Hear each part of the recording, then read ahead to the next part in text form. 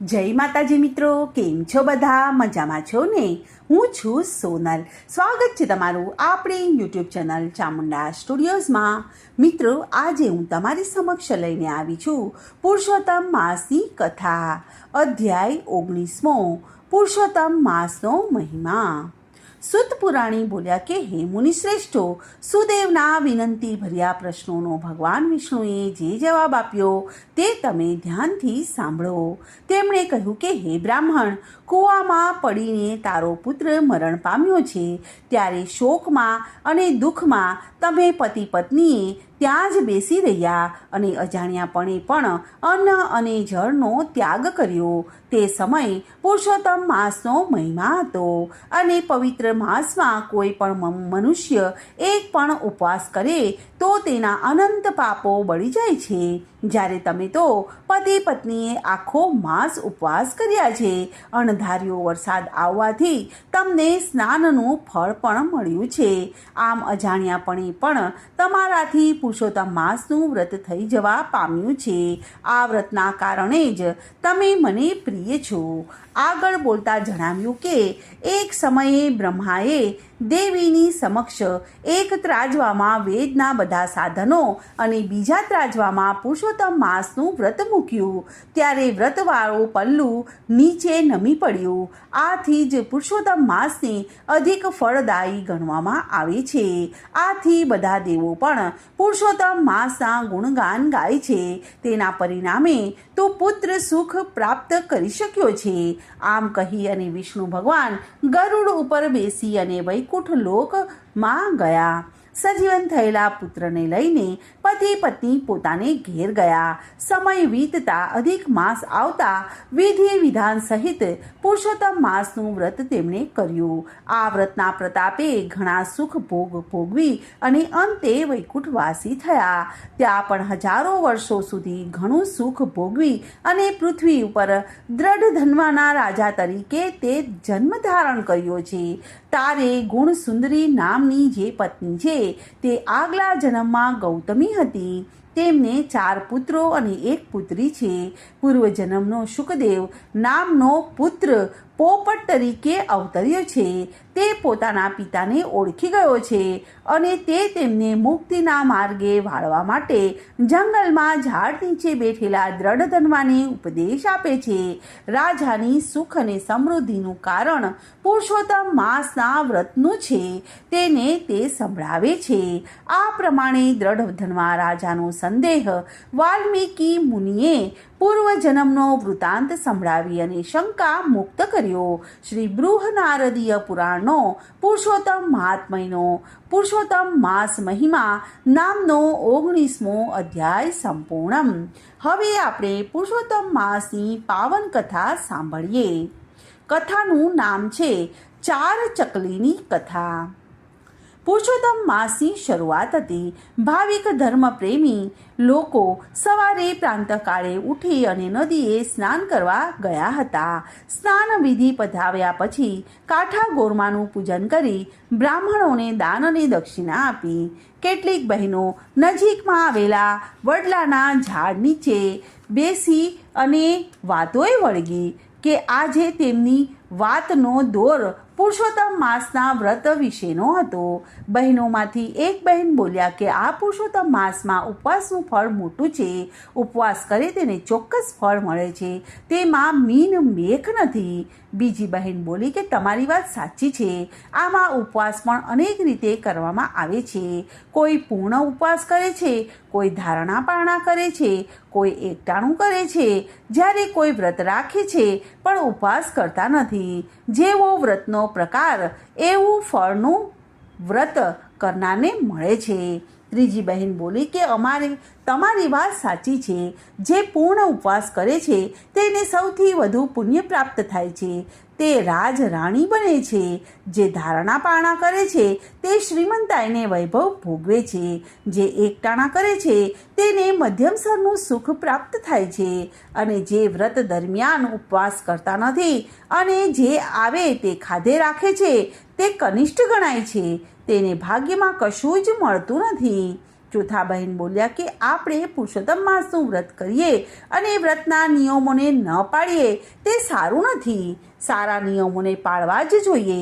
એમાં આપણું જ હિત સચવાઈ રહે છે અને વ્રત કર્યું લેખે લાગે છે. વડલાના ઝાડ નીચે થતો બહેનોનો આ વાર્તાલાપ ઝાડ ઉપર બેસેલ 4 ચકલીઓ સાંભળી રહી હતી. ચકલીઓ માહે માહે ચર્ચા કરવા લાગી. આ બહેનો જે વાતો કરે છે તે સાચી છે કે ખોટી તેનું આપણે પારખું કરીએ. 4 માની મોટી ચકલી પૂર્ણ ઉપવાસ કરવાનું નક્કી કર્યું. બીજીએ ધારણા કરવાનું કહ્યું. ત્રીજીએ એક ટાણું કરીશ તેવું કહ્યું. જ્યારે ચોથી અને સૌથી નાની ચકલી હતી તેણે જણાવ્યું કે બહેનો, મારાથી તો ભૂખ્યા રહેવાય નહીં, એટલે હું તો ભરપેટ ખાઈને વ્રત કરીશ. મારે કોઈ જાતનું બંધન રાખવું નથી. આમ ને આમ પુરુષોત્તમ માસ પૂરો થયો. અચાનક કંઈક થતાં 4 ચકલીઓ મૃત્યુ પામી. આ 4 ચકલીઓને ગામના નગર શેઠને ત્યાં એક પછી એક વારાફરતી જન્મ લીધો. શેઠાણીને પહેલા ખોળાનો એક દીકરો અને એક દીકરો પછીની 4 દીકરીઓ મળી અને શેઠ અને શેઠાણી 5 સંતાનના માતા પિતા થયા. દીકરાને 4 બહેનો મળી. લાડકોળમાં ઉછેરાતી 4 છોકરીઓ મોટી થવા લાગી. ઉંમરલાયક થતાં શેઠ અને શેઠાણીએ તેમને પરણાવવાનું નક્કી કર્યું. સૌથી મોટી છોકરી રાજાના કુંવરને ગમી ગઈ, તેથી તે પરણીને મહેલમાં ગઈ. બીજી છોકરીના લગ્ન નગર શેઠમાંના સમોવડિયા એવા એક શ્રીમંતા દીકરાને પરણાવી દીધી. તે 5 માળની હવેલીમાં ગઈ. ત્રીજી દીકરી એક સુખી ઘરમાં પરણાવી દીધી અને સૌથી નાની દીકરીને નસીબ સંજોગે એક ગરીબના દીકરાને પરણાવી પડી. આ બધી ભાગ્યની વાત છે. ભાગ્યના ભેદને ભગવાન પણ જાણી શકતા નથી. 4 દીકરીઓ પરણાવીને સાસરે ગઈ. 4 દીકરીઓને પરણાવ્યા પછી શેઠ અને શેઠાણીએ નક્કી કર્યું કે હવે આપણે દીકરાને પરણાવીએ. તેમણે પોતાના જેવું સમોવડિયું ઘર શોધી અને દીકરાના લગ્ન કર્યા. તેમણે 4 દીકરીઓને લગ્નમાં આવવા માટેના આમંત્રણ મોકલી આપ્યા.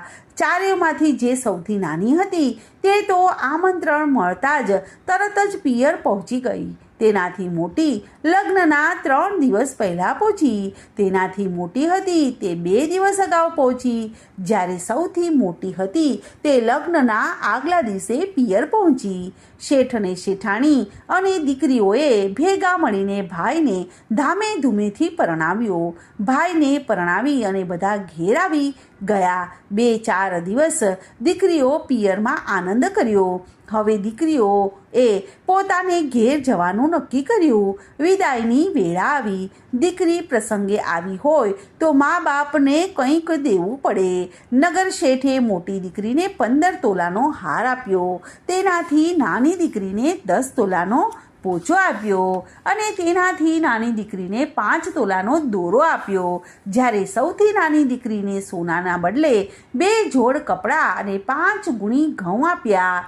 આવા ભેદભાવ ભર્યા વ્યવહારથી સૌથી નાની દીકરીનું અંતર બળવા લાગ્યું. તે તો રડવા લાગી. ત્યારે સૌથી મોટી બહેને કહ્યું કે બહેન, તું રડ નહીં. દરેકને પૂર્વજન્મની કરણી મુજબ ફળ મળ્યું છે. આગલા ભવમાં આપણે 4 બહેનો ચકલીઓ હતી. અધિક માસમાં આપણે પુરુષોત્તમ ભગવાનનું વ્રત લીધું હતું. તેમાં તે વ્રત સમયમાં આપણે પુરુષોત્તમ ભગવાનનું વ્રત લીધું હતું. તેમાં તે વ્રત સમયે ખાવા પીવાનો કોઈ પણ નિયમ રાખ્યો ન હતો. તેથી તને ગરીબાઈ મળી છે. તારાથી મોટીએ એકટાણું કર્યું હતું, તેનાથી તેને સુખી ઘર મળ્યું છે. તેનાથી મોટીએ ધારણા પાણ્યા કર્યા હતા, એટલે તેને શ્રીમંત ઘર મળ્યું છે. જ્યારે મેં વ્રત દરમિયાન પૂર્ણ ઉપવાસ કરવાથી તેના ફળરૂપે મને રાજકુટુંબ મળ્યું છે. આ બધું મને આગલો ભવ યાદ રહેવાથી મેં તને જણાવ્યું છે. હવે તું યાદ રાખજે કે જ્યારે પણ પુરુષોત્તમ માસ આવે ત્યારે શ્રદ્ધા ભક્તિભાવપૂર્વક પુરુષોત્તમ ભગવાનનું વ્રત કરજે. આખો મહિનો સ્નાન કરજે. કાઠા ગોરમાનું પૂજન કરજે. દાન દક્ષિણા આપજે અને પૂર્ણ ઉપવાસ રહી અને પુરુષોત્તમ ભગવાનનું નામ અને સ્મરણ અને ભક્તિ કરજે. જેથી હવે પછીનો તારો ભવ સુધરી જશે અને તું પણ સુખી થઈ જઈશ. મોટી બહેનની વાત સાંભળી અને નાની બહેનનો અસંતોષ દૂર થઈ ગયો. તેણે વિચાર કર્યો કે આમાં મા બાપનો કોઈ પણ દોષ નથી, પણ ભાગ્ય બળે જ આ બધું થઈ રહ્યું છે. બોલો પુરુષોત્તમ ભગવાનની જય. તો મિત્રો, આજની આ કથાને હું વિરામ આપું છું. જય શ્રી કૃષ્ણ.